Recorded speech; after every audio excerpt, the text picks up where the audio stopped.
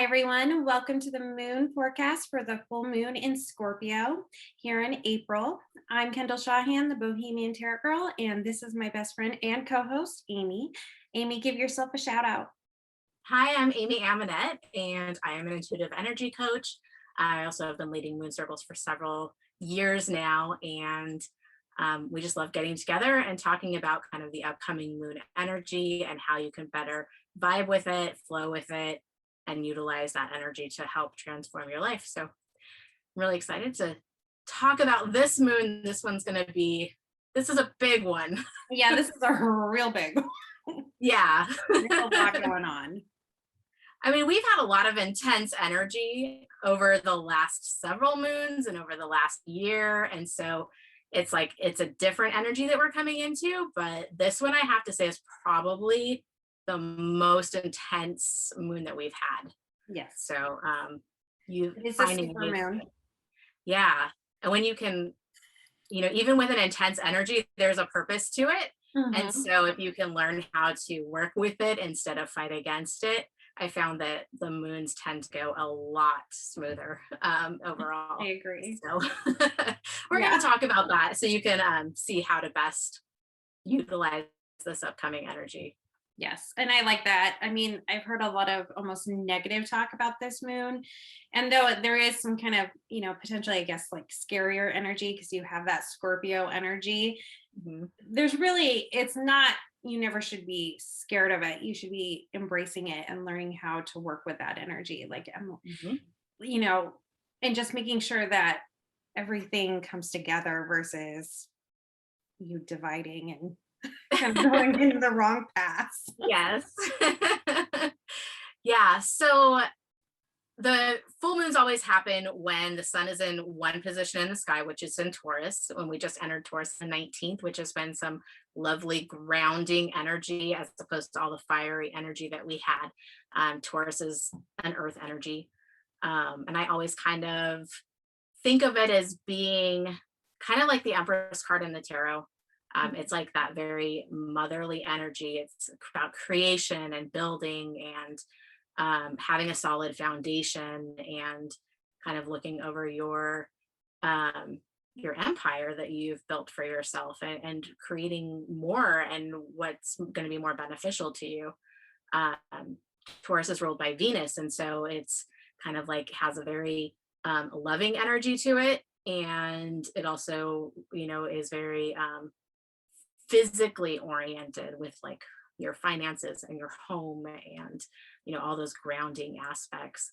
And so when we have a full moon, that's when the moon is in the exact opposite sign, which in this case is in Scorpio. Mhm.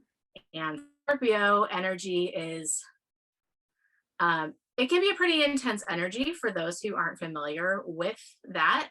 Scorpio is kind of the more intuitive, transformative, what lies beneath the surface, what is kind of in the depths of what isn't necessarily always seen. It wants to dive deep. It wants to look at, potential woundings, and it wants to, there's a sense of justice to it.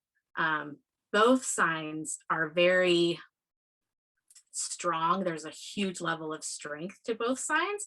They just operate in different ways of being. So it can be a little a little overwhelming. You do have this big opposition that's happening. There's a lot of strength, there's a lot of love, even though it operates on two different systems. Mhm. Um, and then there's also a lot of wisdom in both signs. And so this moon is going to highlight a lot of those things.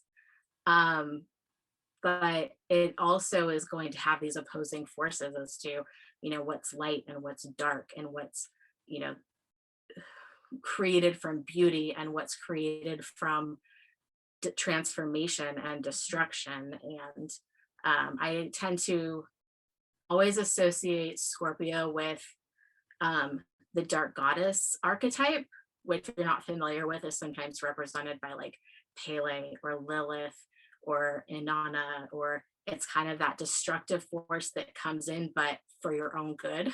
Mhm. um, and it's a powerful force to be reckoned with, but it can be really uncomfortable to sit in and to have things kind of be brought to the surface for you that maybe you have not been wanting to deal with, because it comes in and it doesn't really give you a choice whether or not you want to deal with it. It's saying this is the time to deal with it, and we're going to make this happen, so that you're almost forced to make a change. And Taurus energy does not like to be forced to do anything, and it usually does not like change at all. So Oh, we're looking at this really difficult um, opposition here, that even though it's for your own good, it can create some stirrings of kind of anxiety a little bit if you're not prepared for it. So hopefully, if you're watching this, you'll be a little better prepared. yeah. And whenever I think and see that Scorpio energy come in, there's a lot of pull to you potentially getting like some psychic impressions and being aware of like what your subconscious is bringing forward to you and those kind of things. And, making sure that what you're receiving and the feelings that you're taking in are truly yours. We had talked earlier about this and we were talking about how to maybe ground yourself and make sure that you, with this energy that we have going on, that how that's an important step. It's not taking on other people's feelings or you know even like when you're thinking about like your psychic impressions and you're opening up, really focusing on what is yours, what is not yours. Yes. This is going to be super important for this moon. It's a deeply personal, transformative moon. And the thing with these is that this is a collective energy. So Yes. even though your personal transformation is happening, so is everyone else's. And if you're taking on and kind of making yourself responsible, either on purpose or subconsciously, everyone else's energy around you, this is going to be even more overwhelming. And so finding ways to ground in your own energy and to do some energy clearing is going to be huge. And we'll have some recommendations for that towards the end of the video, just so that you can kind of work on making sure that your energy is your own and that you're worrying about your own stuff and not everybody else's. Yeah. It's very easy, especially with Scorpio energy, to take things personally because they are a water sign and they do have this depth. It does have this like super depth to it. It can be one of the aspects of Scorpio that is kind of in detriment, is that they feel they can like take on these woundings as their own personal woundings, even though it's not necessarily related to them. Yeah.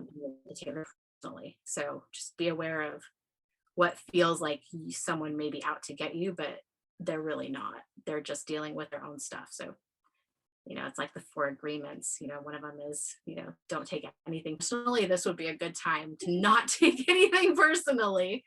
Yeah, just let it go. Focus on yourself. Yeah. So this moon, we have a whole bunch of Taurus energy. I mean, not only is the sun in Taurus, but we have Venus, Mercury, Black Moon Lilith, and Uranus, which is in its 7-year cycle, which started in like 2019. So we're just at kind of at the beginning stages of that. And Uranus is the planet that wants to come and shake things up. And it's on the 7-year cycle in Taurus. So once a year, we have this conjunction of Taurus and Uranus where they're at the same point in the sky. And this is happening really close to this moon, like kind of just after. And so that is, that can shake things up, and that can either happen like intuitively, mentally, emotionally, physically. You don't necessarily know which way it's gonna happen. Yeah. It's kind of a big surprise. There could be really big revelations that happen all of a sudden. You may be, especially with it opposing Scorpio, like you could have secrets come to light, either on a personal or a collective level, and have these like big epiphanies as to Or this the is alien. things that I always thought were a certain way are really not that way. Like Yeah. I've kind of been kept in the dark all this time, and now I can see the whole picture of what's really happening. And that can Yeah. that can really move things forward for you in a different direction than how you've been operating. Yeah. And when I keep looking at this energy, I keep pulling the Tower card. And it didn't matter what I would pull it for. I'd pull it for love, career, readings, that sort of thing. And I kept getting this. And when I see these like repetitive cards throughout, and so that's when I like hyper pay attention, is when I start pulling those again. That's really like the energy that we're feeling, that there's going to be sudden change. You need to be prepared for it and be Mhm. accepting of it, because if you don't accept change, so to me, I actually like the Tower card, and I like that, it brings about change. And but there's a lot of people that like, ooh, that freaks them out. They see that card and they're like, no. And that Mhm. makes it worse. And so if you don't embrace the change that's coming, or are willing to look at it and hold it and then move forward with your life, it can be a huge, roadblock and hurting point for yourself.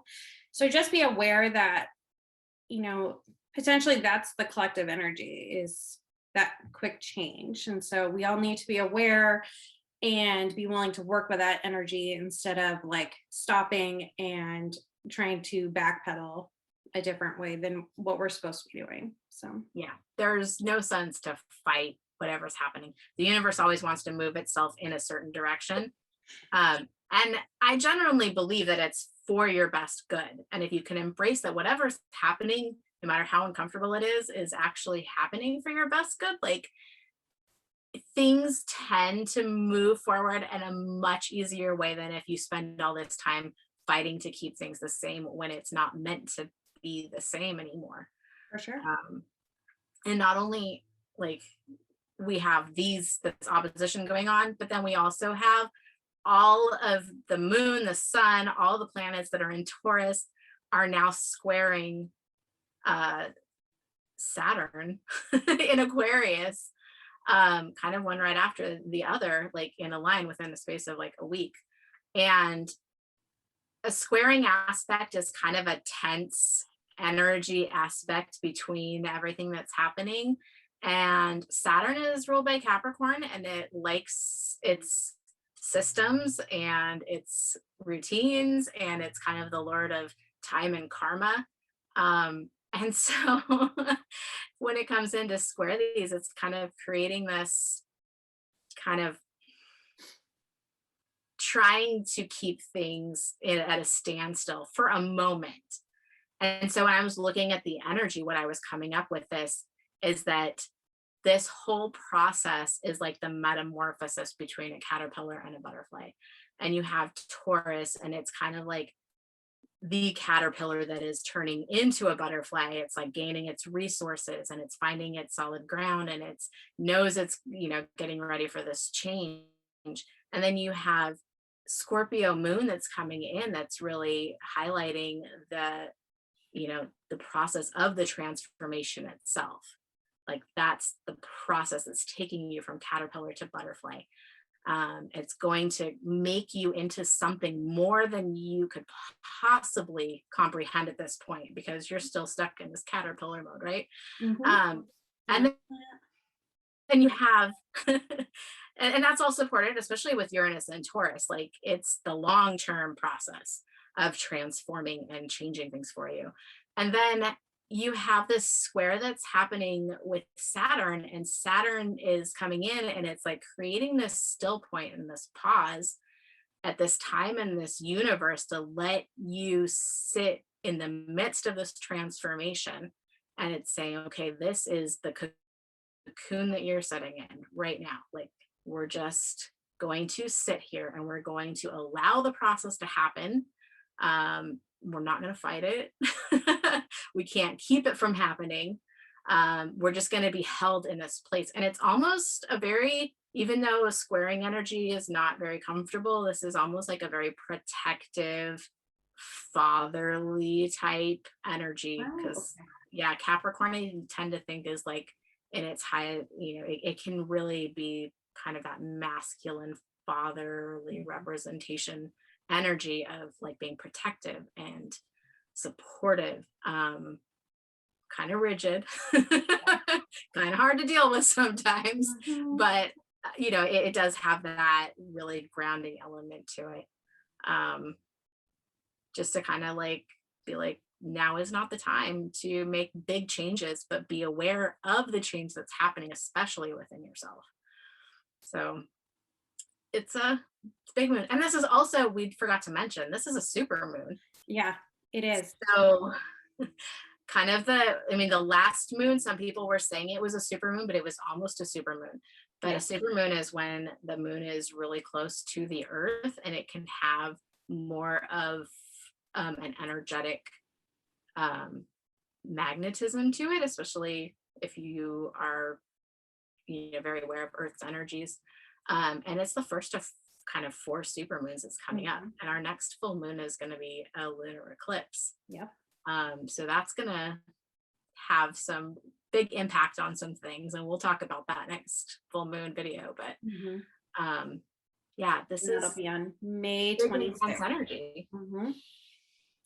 Well, and when we were talking about like this energy, and people were kind of, I was talking with my tarot group online, and one person brought up like, oh, how does the moon energy actually affect us? And and people don't really think about it, how it actually physically affects us, because if you think about how the tide is tied into the moon, and Mhm. it's in that energy. So how can you not think that there is actually something that doesn't affect us? I mean, it affects the tide.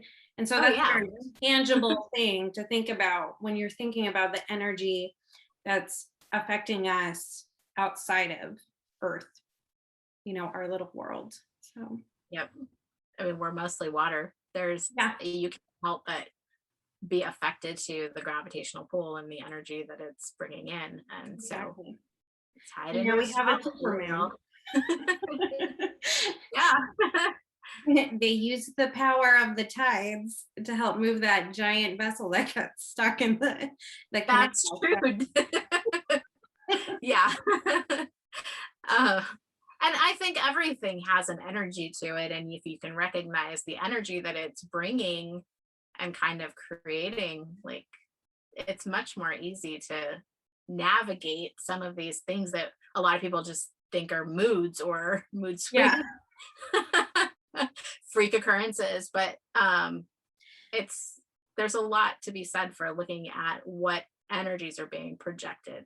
Oh, I agree. The more I pay attention to it, the more I actually see it reflected, even in like past events. And speaking of past events, did we touch really on the Pluto retrograde at all? Not yet. Okay, because that to me, you were kind of drawn to other things, but it was the Pluto retrograde for me that I was really pulled to look into in more depth. And the last retrograde was April through actually my birthday, October 4th of 2020. And here we're going to come in 2 days after this full moon and have that retrograde. And there was lessons learned in that last retrograde that are going to now come back up as we go through this new cycle and come up. What did you feel when you were getting that? So Pluto retrograde happens about once a year, and it lasts about 5 months. And Mhm. so on the 27th, right after this moon, um, which this moon is happening on the 26th or very late in the evening on the 25th if you're on Pacific time. Um, and it it goes retrograde for 5 months. So it has a long retrograde. And usually what happens in that time, it's like it had all this forward movement. And then when it goes retrograde, it kind of gives time to integrate all of that stuff over the next 5 months. Um, Pluto is kind of it, you know, S- Pluto, Scorpio rules Pluto, or Yeah. Pluto rules. I never say that right. Scorpio is ruled by Pluto. Um, And so we have the Scorpio moon. We always talk Mhm. about the synchronicities of these things. We Yeah. have the Scorpio full moon, and then right after that, its ruling planet is going retrograde. And so it's bringing up this need for transformation and this transformation that's happening. And then over the next 5 months, we're really going to see why that transformation is necessary, um, and see how that transformation, comes into our life and the purpose behind it. Mhm. So this is going to be, yeah, a shocking initial entry into this transformative process, but it's a long haul transformation. This isn't like an overnight thing. It's just getting started. Um, Interesting. and a lot of that has to do, and I was looking into this, is like maybe looking at ways that you have always done things, because Taurus, they always have their ways of doing things and they just do it just because that's the way it's always been done. Um, Looking at the ways that you've been doing things and maybe seeing that maybe how you've been doing things aren't working for you, or the way that you were taught or belief systems that you were brought up with no longer match your true core belief system or your inner guidance system. And you're going to find that you're kind of making changes around a lot of these core beliefs that you've been holding on to, or, very set in your way types of systems that you've been, incorporating in your life, that they just don't match anymore. So, and I think a lot of this is really deep rooted. This isn't just like, I've been wearing my hair this way, and now I need to make an, change in that. This is like deep, deep, old beliefs and, routines and thought processes that you've really been incorporating throughout your whole life that are now ready to kind of have this revolution. Interesting. I've been getting a lot when I do a lot of readings, like has been a lot of like spiritual change coming up.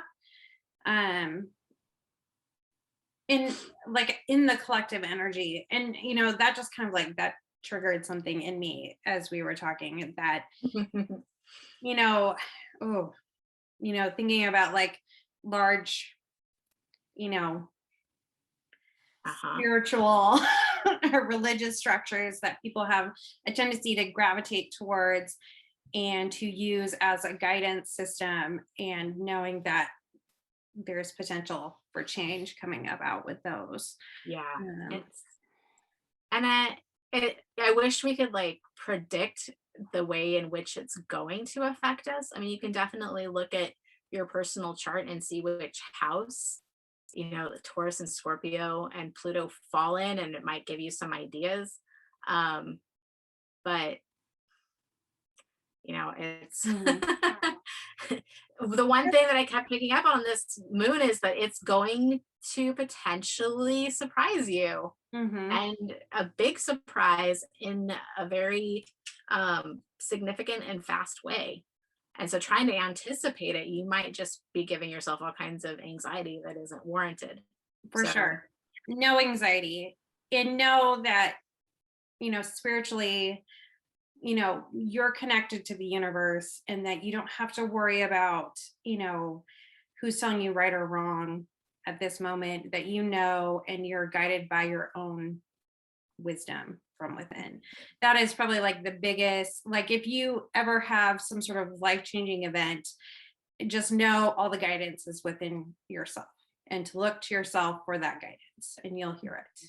So don't for ever sure. get freaked out Yeah. from changes like that. No. And me, I'm like the queen of quotes. So, You are.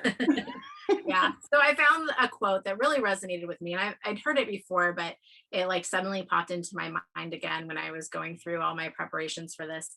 And it says, nobody ever talks about this part, the part where you're no longer a caterpillar and not yet a butterfly. You don't know who you are, and you don't know where you are going. All you know is that every fiber of your being is calling for transformation, for disruption, for a revolution of the spirit. So surrender, break down. This is not the death of you. This is the dying of who you once were. This is your rebirth. Mhm. So this is really powerful energy, and long haul, it's going to be super beneficial to who you are becoming and where you're going. We had so much, I always look back, and we've talked about this before, but we look back at like all of the energy, especially over the last year, which had some crazy transits of the planets and some crazy things happen to everybody. And it was all kind of to shake things up and change how things had been going. And it needed a major shakeup. We Mhm. mentioned the Tower card a couple of times throughout that process. Yeah. And now that all of that has changed, like now this is your personal transformation. So embrace it. Embrace it, people. Don't stress about it. No. And so I guess, should we talk about ways to clear Yeah, I like that. ground? There's some really easy ways you can do that. You can burn and use sage to clear your space. You can use cedar if you prefer cedar. You can sprinkle salt around your area. Those are just like if you wanted to cleanse your personal space.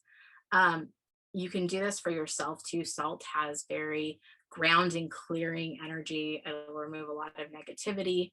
It's kind of like a good reset. So you could make your own salt scrub. You could take an Epsom salt bath. Anything to do with water is going to be beneficial. Yeah. I like to take Epsom salt and like mix it with like some olive oil or avocado oil, and then like an essential oil or something you really enjoy. And then you can just take that scrub. You can use sea salt too if you want something a little finer, and take that and use it in the shower as a scrub. And it smells really good, and it makes your skin feel better. And it's also a very like energetic, purifying thing that you can do. Yeah. I always like a good, purification. Yep. Yeah. And then I also have a guided meditation that I've written up, and I'm hoping to get that recorded and up and available for listening, that will help kind of go through and help do some grounding and energy clearing of your own personal energetic field. Visualization is huge. And if you can visualize it, like it does, it creates a vibration that allows that to actually occur. Quantum physics, I think I've mentioned that before. Like you have to see it. You have to witness it in order for it to actually be a reality. And so just by visualizing, there's a vibration that happens that allows for that process. So I love it. That'll be so nice to have. Get that one, Amy. And as always, we'll have some journal prompts. Full moons we always use for kind of clearing. And there's a lot that can be cleared on this, especially if you're feeling really resistant or anxious. Like you can look deep down to why you may be feeling that way and do some personal journaling or thoughts. And work around shadow. I mean, shadow work is going to be huge for this moon. I mean, you're working, that dark goddess energy and archetype. That's kind of the shadow work process. It's like bringing things up from the depths to bring light to them for that transformation to happen. Yep. So awesome. I think that's a great suggestion because I'm feeling that for a lot of people going on. Yeah. So don't get overstressed, everyone. Go ahead and look at that negative piece that keeps coming and bubbling to the surface and let it go. Like accept it. Let it go with, your good grace and move forward with that new energy that's coming out and, what's being offered to you by the universe. So thank you for joining Amy and I again for our moon forecast. Love talking about this. So thanks, Amy. Do you want to tell them where to find you? Oh, yeah. You can find me at the Bohemian Tarot Girl on Instagram and Facebook. Feel free to get connected with me. I do a lot of tarot tips. And Amy, how about yourself? Yeah, I'm at Wise Moon Energy on Facebook, or Wise Moon Magic Circle, which is our Facebook group. Yeah. Awesome. Well, we'll see you all later on the next moon. Bye, everyone. Bye.